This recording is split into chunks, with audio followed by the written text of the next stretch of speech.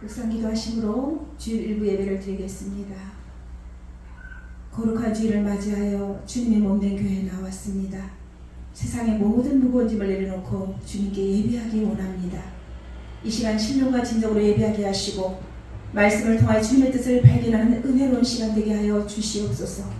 감사드리며 예수 그리스도의 이름으로 기도하옵나이다. 아멘. 찬송가 310장입니다.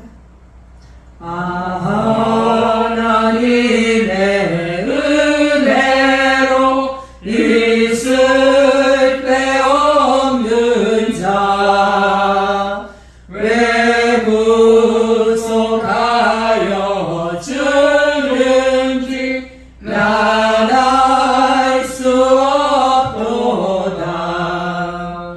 내가 믿고 또 의지함은 내 모든 형편 아시는 주님 늘 보호해 주실 것을 나는 확실히 아네.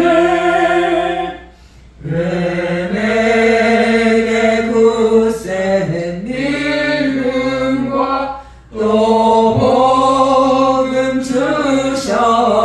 주셔서 내 마음이 항상 편한지 난 알 수 없도다.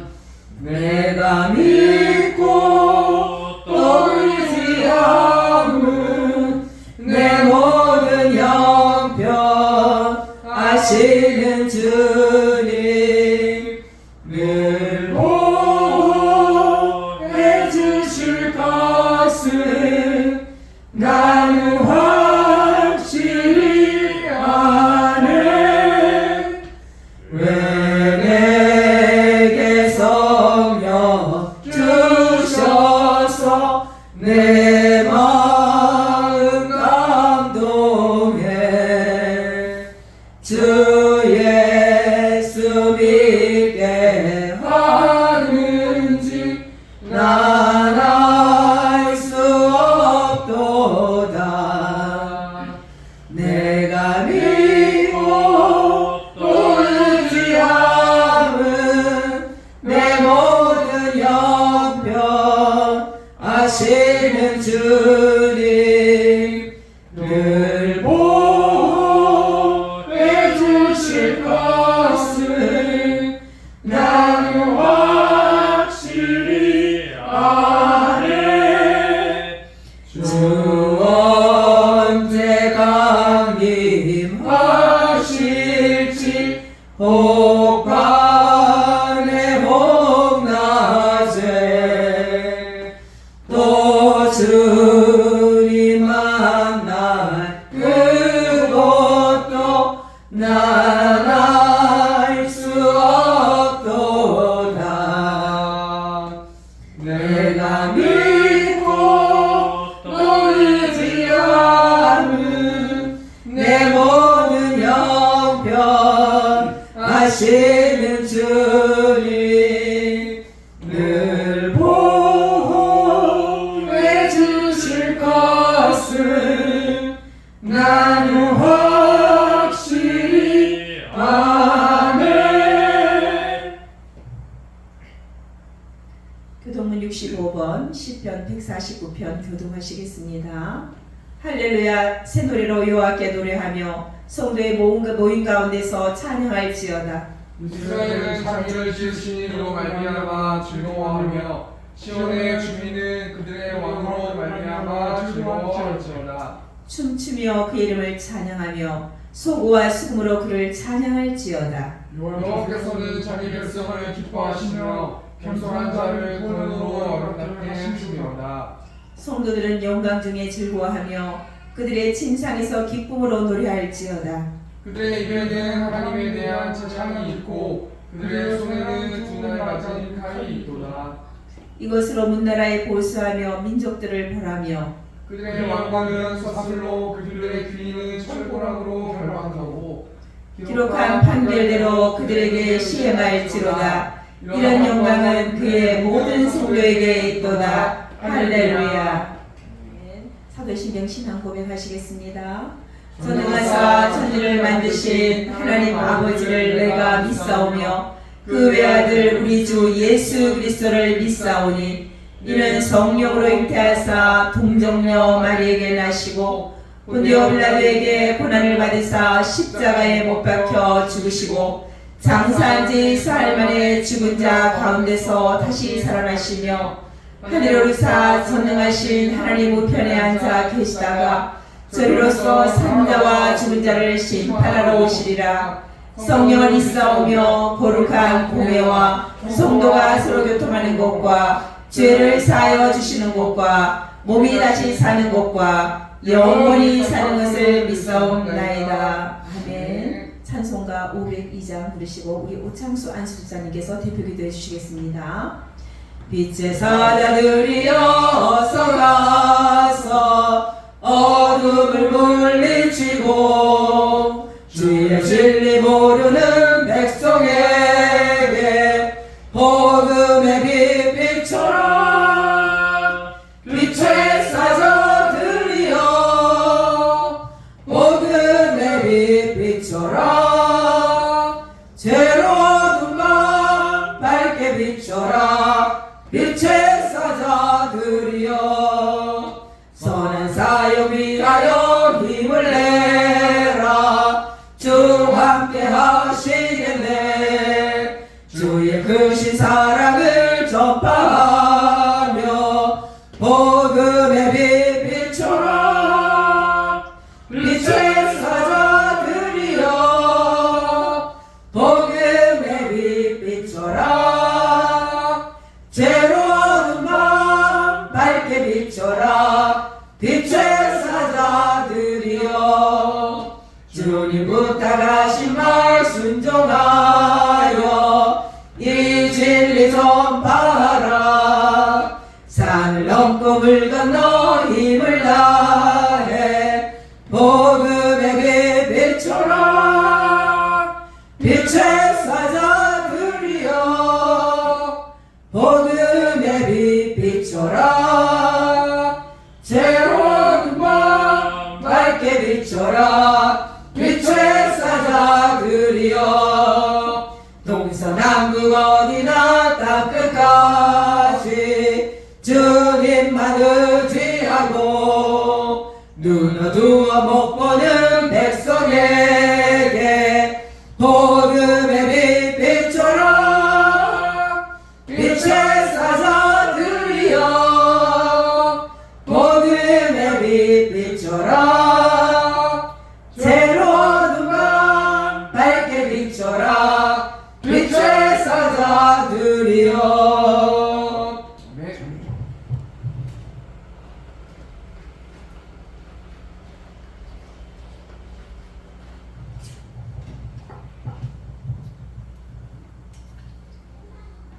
사랑하는 하나님 아버지, 주님의 크신 은혜와 사랑을 감사합니다. 그리고 주님의 영광과 찬양을 올려드립니다. 한 주간도 주님의 그 엄청나고 무한하신 은혜 가운데 살면서 주님의 은혜를 망각하고 무지몽매하여서 수없이 넘어지고 쓰러졌음을 이 시간 고백합니다. 아버지, 주문같이 지금같이 붉은 줄을 눈가같이 양털같이 희대에 씻어주신다고 하셨사오니 우리 주님의 그 십자가에 그린 보혈로 정결케 씻어주셔서 이 시간 주님 앞에 드려지는 예배 찬양이 온전히 아버지께만 영광을 돌려드리는 시간 되게 하여 주시옵소서. 주님, 저희들은 부족하고 있는 나라에서 주님의 말씀대로 살기를 수없이 다짐하고 결심하지만 마치 1만 달란트 빚진 자가 그 빚을 탕감받은 자로서 100데나리온의 그 빚진 자를 용납하지 못하고 옥에 가두었던 그러한 모습이 바로 우리들의 모습이 아니었습니까? 주님, 우리 죄를 용서하여 주옵소서. 지극히 적은 것에, 지극히 큰 것에 용서받았으면서도 지극히 작은 것을 용납하지 못했던 참으로 어리석은 우리 주인들입니다. 주님, 정케하여 주옵소서. 이 시간 우리의 예배와 찬양을 받아주시고 기도를 들어 주옵소서. 아버지, 우리 세움교회를 이곳에 세워주셨습니다. 이 지역에 죽어가는 영혼들에게 우리가 복음을 전하고 이곳에 세워주셨습니다. 그리고 그들과 함께 주님을 찬양하며 영광 돌리라고 이 주님의 피값으로 세워주셨는데, 아버지, 우리가 부족하고 게으르고 나타나서 주님의 뜻대로 행하지 못했음을 용서하여 주시고, 우리 힘과 등으로는 할 수 없사오니 우리 성교가 성령 충만함을 받아서 영혼을 사랑하는 뜨거운 마음과 복음의 열정을 가지고 저들에게 다가서서 저들을 예수 그리스도의 복음을 증감으로 만나며 저들을 인도해서 저들과 함께 주님을 찬양하며 영광을 올려드리는 세움교회가 될 수 있도록 주님께서 함께하여 주시옵소서. 이나라 대한민국에 함께하여 주옵소서. 정치 상황이 극단을 치닫고 있습니다. 아버지, 경제가 심히 어렵고 사회도 불안한 가운데 있고, 또한 아버지, 남과 북이 아버지 70년이 지나도록 아버지 서로 대치되는 관계 속에 있습니다. 언제 전쟁이 날지 일촉즉발의 위기 가운데 있습니다. 주여, 다시는 70년 전에 그러한 역사가 되풀이되어서는 결코 안 되겠습니다. 아버지, 전쟁은 우리에게 생명과 우리의 모든 우리가 이루었던 모든 것들을 한순간에 앗아가버리는 것이오니 결코 이 땅에 전쟁이 나지 않게 하여 주시고 남과 북이 복음으로 하나가 되게 하여 주옵소서. 에서와 야곱이 화해하고 하나가 됐던 것처럼 주여 남북 간에 하나가 되는 역사가 일어나게 하여 주시옵소서. 아버지, 그날의 마지막 때 제사장자로서 주님의 뜻을 이루나가는 대한민국이 되게 하여 주시옵소서. 유정자들을 기억하여 주시고 저들이 자기의 그 욕심을 채우는 정치가 아니라 진정 하나님을 두렵게 여기며 일어나 이 국민들을 위해서 헌신할 수 있는 그런 정치할 수 있도록 주님께서 함께하여 주시고 경제도 회복시켜 주시옵소서. 아버지, 우리 세움교회 권속들 기억하여 주옵소서. 아버지, 참으로 마음이 상한 자를 위로하여 주시고 다시 한번 회복시켜 주시고 관용하는 마음을 갖게 하여 주시옵소서. 어느 때까지입니까? 아버지, 교만한 자를 물리치시고 겸손한 자에게 은혜 베푸시는 주여, 우리의 교만과 우리의 강파와 낙한 딱딱하게 굳어진 우리의 심령을 깨뜨려 주셔서 어린아이 살과 같이 부드러운 마음을 갖게 하여 주시옵소서. 아버지, 오늘 또 이렇게 강은희 목사님 단위에 세워주셨습니다. 아버지, 그 간절한 기도를 들어 주시옵소서. 아버지, 장로님과 함께 끊임없이 기도하는 가운데 있습니다. 주님, 사람의 생각과 하나님의 생각은 천양지차입니다. 주여, 주님께서는 분명히 합력하여 선을 이루시는 하나님이십니다. 비록 과정은 어렵고 힘들고 때로는 낙담하며 실망할지라도 하나님께서는 이 과정을 통해서 선하게 가장 좋은 곳으로 이루어주시는 우리 하나님이시오니 주여 함께하여 주시고 어떠한 상황 가운데서도 낙담하고 실망하지 말게 하시고 기도함으로 말미암아 주님의 뜻을 기다리는 그러한 성숙한 모습의 그러한 장로님과 목사님 되게 하여 주시옵소서. 말씀을 들고 쓰신 우리 귀한 강 목사님, 사람의 뜻과 생각을 버리고 오직 성령의 사로잡힘을 받아서 진리의 복음, 생명을 구원하는 능력의 복음 증거하게 하여 주셔서 그 말씀을 우리 신비에 새기게 해주시고 한 주일 동안 그 말씀으로 분파하는 죄악된 세상 가운데 승리하는 그러한 시험대가 될 수 있는 능력의 메시지, 생명의 메시지를 증거하게 하여 주시고 여기까지 피곤찮도록 강건함으로 붙잡아 주시고 우리 목사님, 장로님의 그 가정 대소범사에 하나님의 놀라운 축복이 함께하여 있게 하여 주시옵소서. 네. 감사드리며 거룩하신 우리 주 예수 그리스도 이름으로 간절히 기도드립니다. 아멘. 네.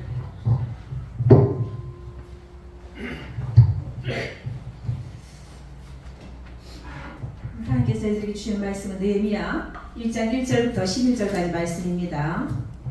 함께 합독하시기로 하겠습니다. 하갈의 아들 느헤미야의 말이라. 아닥사스다 왕 제20년 기슬월에 내가 수성궁에 있는데 내 형제들 가운데 하나인 하나니가 두어 사람과 함께 유다에서 내게 이르렀기로 내가 그 사로잡힘을 면하고 남아있는 유다와 예루살렘들의 형편을 물은즉 그들이 내게 이르되 사로잡힘을 면하고 남아있는 자들이 그 지방 거기에서 큰 환난을 당하고 능욕을 받으며 예루살렘 성은 허물어지고 성문들은 불탔다 하는지라. 내가 이 말을 듣고 앉아서 울고 수일 동안 슬퍼하며 하늘의 하나님 앞에 금식하며 기도하여 이르되 하늘의 하나님 여호와 크고 두려우신 하나님이여 주를 사랑하고 주의 계명을 지키는 자에게 언약을 지키시며 긍휼을 베푸시는 주여 간구하나이다.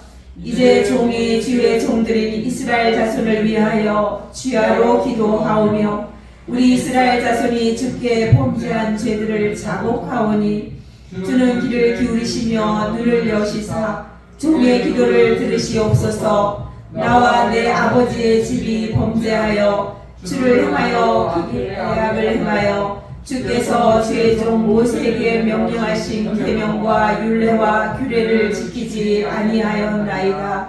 옛적에 주께서 주의 종 모세에게 명령하여 이르시되 만일 너희가 범죄하면 내가 너희를 여러 나라 가운데 흩을 것이요 만일 내게로 돌아와 내 계명을 지켜 행하면 너희 쫓긴 자가 하늘 끝에 있을지라도 내가 거기서부터 그들을 모아 내 이름을 두려고 택한 곳에 돌아오게 하리라 하신 말씀을 이제 청하건대 기억하옵소서. 이들은 주께서 일찍이 큰 권능과 강한 손으로 구속하신 주의 종들이요 주의 백성이니이다. 주여 구하오니 귀를 기울이사 종의 기도와 주의 이름을 경외하기를 기뻐하는 종들의 기도를 들으시고 오늘 종이 형통하여 이 사람들 앞에서 은혜를 입게 하옵소서 하였더니 그때 내가 왕의 순관이 되었느니라. 아멘. 오늘은 느헤미야 1장 1절부터 11절 말씀을 가지고 사명이라는 제목으로 함께 은혜를 나누도록 하겠습니다. 느헤미야서의 소주제는 성벽 재건을 위한 변화입니다. 재건이 무엇인가 하면 재건은 본질로 돌아가기 위하여 다시 세우는 것을 말합니다. 반드시 본질로 돌아가기 위해서는 변화가 필요합니다. 사람들은 익숙한 것을 좋아합니다. 왜냐하면 익숙한 것이 편안하기 때문입니다. 우리가 교회에서 예배 드릴 때도 보면 성도들이 꼭 그 자리에 앉지 않습니까? 우리는 변화하기를 싫어하는 것 같습니다. 변화는 개혁이라고 이야기합니다. 다시 본질로 돌아가는 재건은 보통 사람들에 의해서 일어나는 것이 아니라 변화를 주도하신 하나님께서 부르신 사명을 깨달은 사명자로부터 변화가 시작됩니다. 그럼 도대체 사명은 무엇이며 어떻게 깨달아지는 것일까요? 첫째로 거룩한 관심이 사명입니다. 느헤미야 아버지 이름은 하가랴입니다. 그 하가랴의 뜻은 여호와가 어둡게 하다라는 그런 뜻을 가지고 있습니다. 그리고 오늘 본문의 주인공인 느헤미야는 여호와께서 위로하신다는 그런 의미가 있습니다. 이 이름의 뜻은 느헤미야서의 배경과 잘 어울리는 것 같습니다. 느헤미야가 역사의 무대에 등장하기 이전까지는 이스라엘은 그야말로 어둠의 시기였습니다. 죄의 결과로 70년 동안 포로로 끌려가 포로 생활을 했습니다. 하나님의 도우심이 간절히 기다려지는 그런 시기였습니다. 느헤미야는 아닥사스 왕 제1세의 술관원으로 대단히 책임있는 그런 위치에 있었습니다. 왕이 마실 술을 미리 맛보아서 왕을 독살하는 것을 막는 그런 역할을 했습니다. 느헤미야는 왕의 1인자로서 지극히 신뢰가는 그런 위치에 있었습니다. 느헤미야가 역사의 무대에 등장한 시기는 BC 440년경으로 추정이 되는데, 이때는 페르시아 제국의 고레스 왕이 포로 귀환 칙령을 인하여 이스라엘 자손들이 1, 2차로 이제 포로 귀환한 상태고, 또 예루살렘 성전은 재건된 그런 상태였습니다. 이때의 상황은 제2차 포로 귀환을 주도한 에스라의 신앙개혁으로 이스라엘이 어느 정도 이제 선민의 정체성을 회복한 그런 상태였습니다.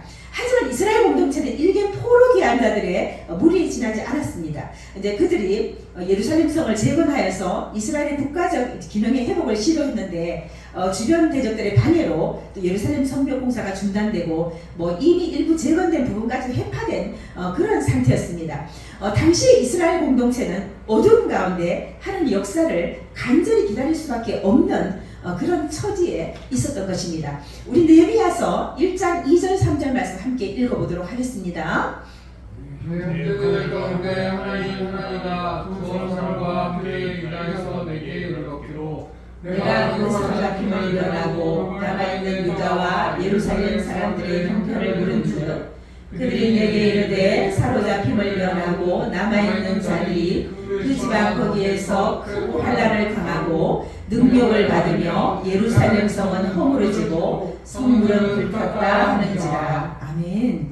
여기 말씀해 보니까 하나니라는 사람이 두어 사람과 함께 느헤미야에게 왔다고 이렇게 기록되었습니다. 느헤미야는 하나님에게 예루살렘에 거주하는 사람들의 형편을 먼저 물어봅니다. 그 느헤미야의 관심은 항상 사람이 먼저였던 것 같습니다. 관심은 마음의 방향을 말합니다. 느헤미야는 이민 3세였습니다. 포로 3세죠. 왕에게 발탁되어서 왕의 총애를 받았던 것으로 보입니다. 그는 누가 봐도 부러울 것이 없는 위치에 있는 그런 사람이었습니다. 그런데 그는 왕궁에서의 그 안락한 생활을 버리고 그의 백성을 돕기로 이제 작정합니다. 하나님의 자녀들은 항상 자기 자신보다 더 연약한 이웃에게 관심을 가져야 할 것입니다. 놀라운 사실은 느헤미야는 한 번도 예루살렘을 방문한 적이 없었습니다. 수산과 예루살렘과의 거리가 약 1500km 정도 된다고 합니다. 우리 서울과 부산의 거리가 약 396km 되니까 그렇게 쉽게 방문할 수 있는 거리는 아니었습니다. 또한 유다에서 강제로 끌려온 포로의 후에 느헤미야에게 예루살렘은 조상의 도성인이라는 것 외에는 별다른 의미가 없었을 것입니다. 그러나 느헤미야 마음은 그렇지가 않았습니다. 지금 느헤미야의 몸은 수상궁에 있는데 그의 마음은 공경에 처해 있는 이스라엘 백성들이 있는 예루살렘에 있는 것입니다. 그의 마음이 그곳으로 계속 가고 있는 것입니다. 그 거룩한 관심, 그것이 바로 사명입니다. 느헤미야는 예언자도 아니었습니다. 선지자도 아니었고 하나님의 음성을 들었다는 말도 없습니다. 그런데 하나님께서는 느헤미야의 마음속에 하나님의 소원을 넣어주셨습니다. 그의 몸은 수산에 있었는데 그의 마음은 예루살렘에 있는 것입니다. 여러분의 관심이 가는 곳이 어디입니까? 마음이 가는 그곳이 바로 사명의 자리인 것입니다. 어떻게 우리가 아무런 대가도 바라지 않고 그런 일을 할 수 있을까요? 하나님이 그 마음속에 소원을 넣어주신 것입니다. 내 몸은 편안한 곳에 있는데 내 마음이 자꾸 가는 그곳으로 자꾸만 가는 것입니다. 거룩한 관심이 가는 겁니다. 그리고 눈에 자꾸 밟히는 겁니다. 빌립보서 2장 13절 말씀입니다. 함께 읽겠습니다. 자기의 기쁘신 뜻을 위하여 너희에게 소원을 두고 행하게 하시나니. 아멘. 뭐라고 말씀하고 있습니까? 하나님께서 너희에게 소원을 두고 행하게 하신다고 말씀하십니다. 하나님은 어떤 방식으로 우리의 사명을 깨닫게 하시냐 하면 성령이 우리 안에 소원을 넣어주신다고 하십니다. 마음의 방향을 정해주신다는 것입니다. 우리 눈에 자꾸 밟히는 곳을 준다는 것입니다. 독일의 알자스라는 지방에 태어난 한 소년이 있었다고 합니다. 어느 날 그의 어머니가 아주 맛있는 고기 반찬을 해주었는데 그 고기를 먹지 않았다고 합니다. 유행하는 옷을 사주었는데도 입지 않았다고 합니다. 그러면서 그 아이가 하는 말이 엄마 하나님 앞에 모든 사람은 똑같은데 나는 고기를 먹고 좋은 옷을 입는데 지금 내 친구들은 음식을 못 먹을 때가 있고 좋은 옷을 입지 못해서 내 마음이 불편해서 저는 못 먹고 못 입겠습니다. 이렇게 말합니다. 그 소녀는 어릴 때부터 그의 마음이 어둡고 힘든 친구들을 향해 있었다고 합니다. 어느 날 이 소년이 콜마르 공원에 가서 브리아 제독의 동상을 보게 됩니다. 이 동상은 콜마르 출신의 조각가 바르톨디가 조각했는데 이 바르톨디는 나중에 그 유명한 자유의 여신상을 조각한 사람이기도 합니다. 사람들은 그 장군의 모습을 보는데 이 소녀는 그 장군 밑에 깔려있는 흑인들을 보았다고 합니다. 그 흑인들의 눈빛이 너무 외롭고 고독하고 고통스러운 눈빛이었습니다. 그걸 보고 돌아온 소년이 항상 그 눈빛을 잊지 않았다고 합니다. 이 소년은 이후에 파리에서 칸트 철학을 공부하고 신화 공부를 합니다. 그러던 중 파리 선교협회에서 발행되는 잡지의 내용 중에 아프리카 콩고 지방에 너무나 많은 흑인이 어렵게 살고 병들어서 죽어가고 있는데 누구도 그를 돌보아주고 치료해주지 않는다는 것을 알게 됩니다. 그리고 그는 의학 공부를 시작합니다. 그리고 아프리카 땅에서 봉사하며 선교합니다. 이 사람이 바로 슈바이츠 박사입니다. 성령 하나님 그의 마음에 끊임없이 부담을 하나 주었는데 흑인들이 자꾸만 그의 눈에 밟히는 것입니다. 나는 잘 먹고 잘 살고 있는데 내 마음이 끊임없이 가난한 그들을 향하여 가는 것입니다. 내 마음이 가는 곳 그것이 소원이 되었습니다. 하나님의 음성은 들은 적이 없는데 슈바이츠는 하나님이 나에게 무엇을 원하는지 정확하게 알고 자신의 한평생을 그들을 위하여 살았다가 갔습니다. 여러분의 마음이 가는 곳 그것이 바로 사명지입니다. 이 시간 자신의 마음이 가는 곳이 어디인지 한번 살펴보시고 사명을 발견하는 그런 시간이 되었으면 좋겠습니다.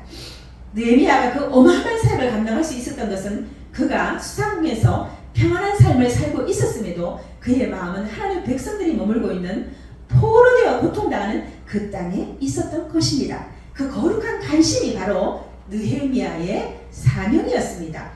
노숙자들은 하루에 한 끼를 제대로 못 먹는다고 합니다. 어떤 분은 그 노숙자들이 자꾸 눈에 밟혀서 밥을 제공해 주기 시작했습니다. 그분이 바로 바퍼 목사님, 최일도 목사님이십니다.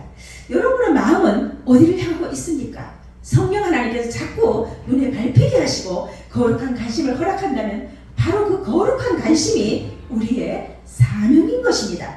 두 번째는 축복이 사명입니다. 느헤미야 1장 11절 말씀 함께 읽어보도록 하겠습니다. 주여 구하오니 그를 기울이사 종의 기도와 주의 이름을 경외하는 기도하는 종들의 기도를 들으시고 오늘 종이 형통하여 이 사람 앞에서 은혜를 입게 하옵소서 하였나니 그때 내가 왕의 술관이 되었느니라. 아멘. 이제 성전은 왕궁이 있었는데 성벽이 없어서 이방인들로부터 외세 침입을 받아서 농사를 지으면 그것을 다 빼앗기고 또 고통당하는 이스라엘 백성들의 모습을 보면서 느헤미야의 마음에 그들을 도와주고 싶은 그런 이제 마음이 생겼습니다. 그래서 성벽을 완공하게 되는데 성벽을 완공하는 데는 많은 재료가 필요하지 않겠습니까? 그래서 재료들을 확보했다고 할지라도 1500km가 되니까 거리가 그곳까지 운반할 때 또 필요한 도구들과 안전을 지켜줄 또 병사들도 필요했을 것입니다. 근데 이 모든 것을 아닥사스다 왕이 다 내주었습니다. 느헤미야는 아닥사스다 왕의 술관원이었는데 지금으로 말하면 대통령 경호실장 정도 그런 위치인 것 같습니다. 술관원은 술만 대접하는 것이 아니라 음식도 대접합니다. 아닥사스다 왕의 아버지는 음식 때문에 독사를 당해서 죽었다고 합니다. 그래서 아닥사스다 왕은 측근에 가장 믿을 만한 사람을 두었다고 해요. 음식과 주를 맡은 자는 왕에게 있어서 가장 측근인 것입니다. 느헤미야는 그 왕에게 신임을 받고 은총을 받았다는 것을 우리는 알 수 있습니다. 느헤미야 2장 1절부터 2절 말씀 함께 보겠습니다. 제20년 이사롤에 왕 앞에 포도주가 있기로 내가 그 포도주를 왕에게 드렸는데 이전에는 내가 왕 앞에서 수심이 없었더니 왕이 내게 이르시되 내가 병이 없거늘 어찌하여 얼굴에 수심이 있느냐 이는 필연 내 마음에 근심이 있음이라고 하더라. 그때 내가 크게 두려워하여. 아멘. 이제 어느 날 느헤미야가 포도주를 왕께 드렸습니다. 근데 왕이 느헤미야의 얼굴을 보니까 예전과는 달리 그 얼굴에 수심이 가득한 것을 보게 됩니다. 그래서 얼굴에 수심이 가득한 것을 보고 마음에 근심이 있음을 알게 됩니다. 이제 그래서 너무 근심 있냐 이렇게 묻습니다. 그래서 느헤미야는 왕께 예루살렘의 상황을 이야기합니다. 느헤미야 2장 3절 말씀입니다. 왕께 대답하되 왕은 만세수를 하옵소서. 내 조상들의 묘실이 있는 성읍이 이제까지 황폐하고 성문이 불탔사오니 내가 어찌 얼굴에 수심이 없사오리까 하니. 아멘. 이제 조상들의 성읍이 다 불탔는데 어찌 제 얼굴에 수심이 없겠냐고 이렇게 고합니다. 느헤미야 2장 4절 말씀해 보시면 왕이 내게 이르시되 그러면 내가 무엇을 원하느냐 하시기로 내가 곧 하늘의 하나님께 묵도하고. 이 이야기를 들은 왕은 내가 무엇을 원하냐고 묻습니다. 느헤미야는 왕에게 이야기하기 전에 먼저 여기 보면 하나님께 기도하는 것을 볼 수가 있습니다. 이런 느헤미야의 모습을 통하여 느헤미야는 범사에 하나님을 인정했음을 우리가 알 수가 있습니다. 기도하는 느헤미야에게 하나님께서는 할 말을 가르쳐 주셨습니다. 우리 속에 내주하시는 성령님은 그때와 그 시에 우리에게 할 말을 가르쳐 주십니다. 느헤미야 2장 5절 표준 세번역 말씀입니다. 함께 읽겠습니다. 좋으시면 임금님께서 소신을 좋게 여기시면 소신의 조상에 묻혀있는 유다의 그 성읍으로 저를 보내주셔서 그 성읍을 다시 세우게 하여 주시기를 바랍니다. 아멘. 이제 느헤미야는 왕에게 자기 형편을 자세히 아뢰고 도움을 요청합니다. 느헤미야의 요청을 들은 왕은 그렇게 다루려면 얼마나 시간이 걸릴지 자세히 묻습니다. 그리고 성벽 재건에 필요한 모든 재료를 공급해 줍니다. 그 당시 유대인들은 전부 노예였습니다. 근데 느헤미야에게 하나 더 주신 것이 있었는데 그것이 바로 술관원의 위치입니다. 느헤미야는 하나님께서 자신에게 주신 축복을 통하여 사명을 감당했습니다. 하나님께서는 나에게 하나 더 주신 것이 바로 사명인 것입니다. 이번에는 에스더의 모습을 한번 살펴보도록 하겠습니다. 에스더서를 보면 에스더가 복을 많이 받았음을 우리가 알 수가 있습니다. 에스더의 부모님은 일찍 세상을 떠났습니다. 그러나 다행히도 좋은 삼촌을 만나서 모르드게에 의해서 아름답게 잘 자라납니다. 그리고 에스더는 그 이후에 아수르 왕의 왕비가 됩니다. 그런데 그 신하 중에 하나인 하만이 모르드게를 못마땅하게 여겨서 유대인들을 다 학살을 하기로 이렇게 결정을 합니다. 모르드게는 에스더에게 이제 왕에게 나가서 그 앞에서 자기 민족을 위하여 간절히 구하라고 구원을 요청합니다. 에스더 4장 11절 말씀입니다. 함께 읽겠습니다. 누가 왕의 각 지방 백성이 다 알거니와 남녀를 막론하고 부름을 받지 아니하고 안뜰에 들어가서 왕에게 나가면 오직 죽이는 법이요 왕이 그자에게 금규를 내모려 할 것이라. 이제 내가 부름을 입어 왕에게 나가지 못한 지가 이미 30일이라 하라 하니라. 아멘. 이제 이 요청을 들은 에스더는 처음에는 거절합니다. 왕에게 부름을 받지 아니하고 나가면 다 죽는다는 것입니다. 이 말을 전해 들은 모르드게는 다시 재요청합니다. 에스더 4장 14절 말씀입니다. 이때 내가 만일 잠잠하여 말이 없으면 유다인은 다른 데로 말미암아 노임과 구원을 얻으려니와 너와 내 아버지 집은 멸망하리라. 내가 왕의 자리를 얻은 것이 이때를 위함이 아닌지 누가 알겠느냐 하니. 아멘. 이렇게 말합니다. 에스더 내가 만약에 하지 않으면 누군가도 할 것이다 그 일을. 그러나 내가 해야 한다. 그 이유가 무엇이냐 하면 내가 왕후의 자리를 얻은 것이 이때를 위함이라는 것입니다. 내가 왕비가 된 것, 이 하나 더 가진 축복이 민족을 살릴 사명이라는 것입니다. 여러분은 다른 사람이 가지고 있지 않은 하나 더 가진 것이 무엇인지요? 그것이 돈일 수도 있고 명예일 수도 있고 건강할 수도 있고 또 다른 사람이 가지고 있지 않은 그런 재능일 수도 있을 것입니다. 이처럼 다른 사람보다 하나 더 가진 것, 그것이 바로 사명이라는 것입니다. 이제 폐허가 된 예루살렘의 슬픈 소식을 들은 느헤미야의 모습을 한번 살펴보도록 하겠습니다. 느헤미야 1장 4절 말씀입니다. 내가 이 말을 듣고 앉아서 울고 수일 동안 슬퍼하며 하늘의 하나님 앞에 금식하며 기도하여. 이제 그 소식을 들은 느헤미야는 여러 날 동안 슬퍼하며 금식하며 기도합니다. 이 모습을 통하여 느헤미야가 얼마나 동족을 사랑하는지를 알 수가 있습니다. 우리는 우리 형제나 이웃이 어려움을 당하고 있을 때 어떤 마음의 자세를 가지고 있습니까? 우리 느헤미야서 1장 6절부터 7절 말씀 보도록 하겠습니다. 이스라엘 자손을 위하여 주야로 기도하오며 우리 이스라엘 자손이 주께 범죄한 죄들을 자복하오니 주는 귀를 기울이시며 눈을 여시사 종의 기도를 들으시옵소서. 나와 내 아버지의 집이 범죄하여 주를 향하여 크게 악을 행하여 주께서 주의 종 모세에게 명령하신 계명과 율례와 규례를 지키지 아니하였나이다. 아멘. 이제 이 소식을 전해들은 느헤미야는 이스라엘 자손을 위하여 아주 밤낮을 잠을 자지 않고 이렇게 기도합니다. 느헤미야는 이스라엘이 포로로 잡혀갈 때 아직 태어나지도 않은 그런 상태였습니다. 지금은 이스라엘 백성들이 포로로 잡혀간 지 130년이 지난 그런 시점입니다. 그런데 회개를 하는데 나의 아버지와 할아버지의 죄를 용서해 주십시오. 그렇게 기도하지 않습니다. 뭐라고 기도하냐면 나와 내 아버지의 집이 범죄하였다고 이렇게 기도합니다. 이것이 바로 느헤미야의 리더십 기도입니다. 관계회복의 기도입니다. 예수님이 우리의 죄를 위하여 당신의 목숨을 내어주시고 하나님 아버지와 우리의 관계를 회복시켜 주셨던 것처럼 느헤미야는 이스라엘 백성을 위하여 자복하며 회개했던 것입니다. 행복한 공동체는 공동체의 어려움을 나의 어려움으로 여기고 기도하는 공동체가 행복한 공동체입니다. 다른 성도들의 허물을 정죄하는 교회는 불행한 공동체입니다. 느헤미야는 하나님의 마음을 가진 하나님의 백성의 위로자였습니다. 성경을 통하여 하나님은 너희는 위로하라, 내 백성을 위로하라고 말씀하십니다. 이것이 바로 하나님의 마음입니다. 죄로 말미암아 징계받는 내 백성을 위로하라는 것입니다. 우리 하나님은 징계하시나 구원하시는 참으로 좋으신 하나님이십니다. 오늘 본문 말씀을 통하여 우리가 또 하나 발견할 수 있는 것은 이스라엘 백성들이 어려움을 당한 것이 죄로 인한 것임을 발견하게 됩니다. 예레미야 5장 25절 말씀 함께 보도록 하겠습니다. 이러한 일들을 물리쳤고 너희 죄가 너희로부터 좋은 것을 막았느니라. 여기 말씀해 보니까 우리의 허물과 죄가 우리에게 오는 좋은 것을 막았다고 말씀합니다. 우리 하나님은 자녀인 우리에게 좋은 것 주시기를 원하시는데 우리 죄가 우리에게 오는 좋은 축복을 가로막았다고 이렇게 말씀하고 있습니다.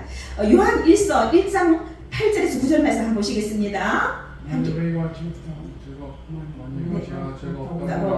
스스로 속이고 또 진리가 우리 속에 있지 아니할 것이요 만일 우리가 우리 죄를 자백하면 그는 미쁘시고 의로우사 우리 죄를 사하시며 우리를 모든 불의에서 깨끗하게 하실 것이요. 아멘. 여기 말씀에 뭐라고 말씀해요? 말씀에 보면 죄가 없다고 말하면 스스로 속이는 것이라고 말씀합니다. 진리가 우리 속에 있지 않다고 말씀합니다. 우리가 우리 죄를 자백하면 회개하면 우리 죄를 사해 주시고 모든 불의에서 우리를 깨끗하게 하신다고 이렇게 말씀하십니다. 여러분 느헤미야처럼 나의 부모의 죄와 자녀의 죄를 내 죄인 것처럼 자복하고 회개합시다. 우리도 느헤미야처럼 에스더처럼 우리 성도들을 위하여 기도하는 사랑의 공동체가 되기를 간절히 소원합니다. 오늘은 느헤미야를 통하여 우리의 사명에 대하여 한번 살펴보았습니다. 첫째, 거룩한 관심이 사명입니다. 둘째, 축복이 사명입니다. 느헤미야는 회개하고 금식 기도함으로 사명을 깨달았습니다. 지금은 우리가 깨어서 기도할 때입니다. 우리가 기도할 때 나와 부모와 자녀의 죄를 보게 될 것입니다. 느헤미야처럼 부모의 죄가 내 죄인 것처럼 자녀의 죄가 내 죄인 것처럼 자복하고 회개하기를 간절히 부탁드립니다. 우리가 그렇게 할 때 우리 가정과 교회의 무너진 성벽이 재건될 것입니다. 오늘 말씀을 생각하시면서 찬송가 503장 찬송하시겠습니다. 세상 모두 사랑 없어 냉랭함을 아느냐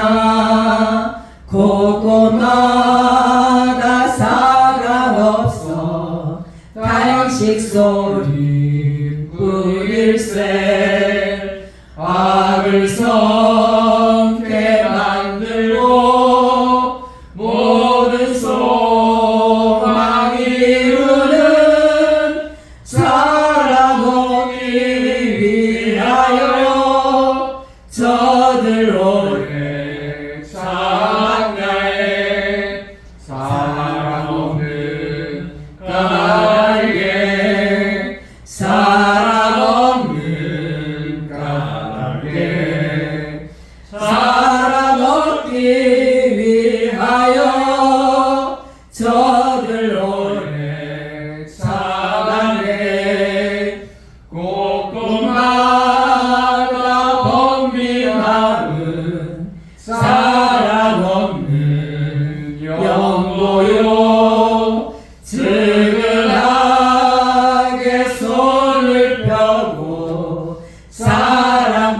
하나님 원하네 어떤 이는 고통과 근심 걱정 많으니 사랑 없는 까닭에 저들 실망하오다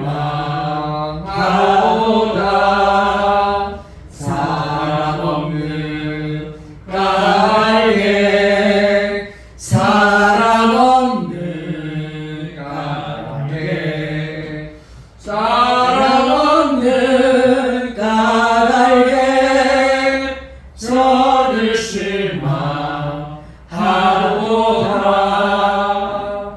아멘. 이 시간 우리 기도할 텐데 자신의 죄와 부모의 죄와 자녀의 죄를 회개하며 이 시간 기도합시다. 주여 하나님 많으신 하나님 시간 말씀 가운데 하나님 말씀해 주셔서 하나님 감사합니다.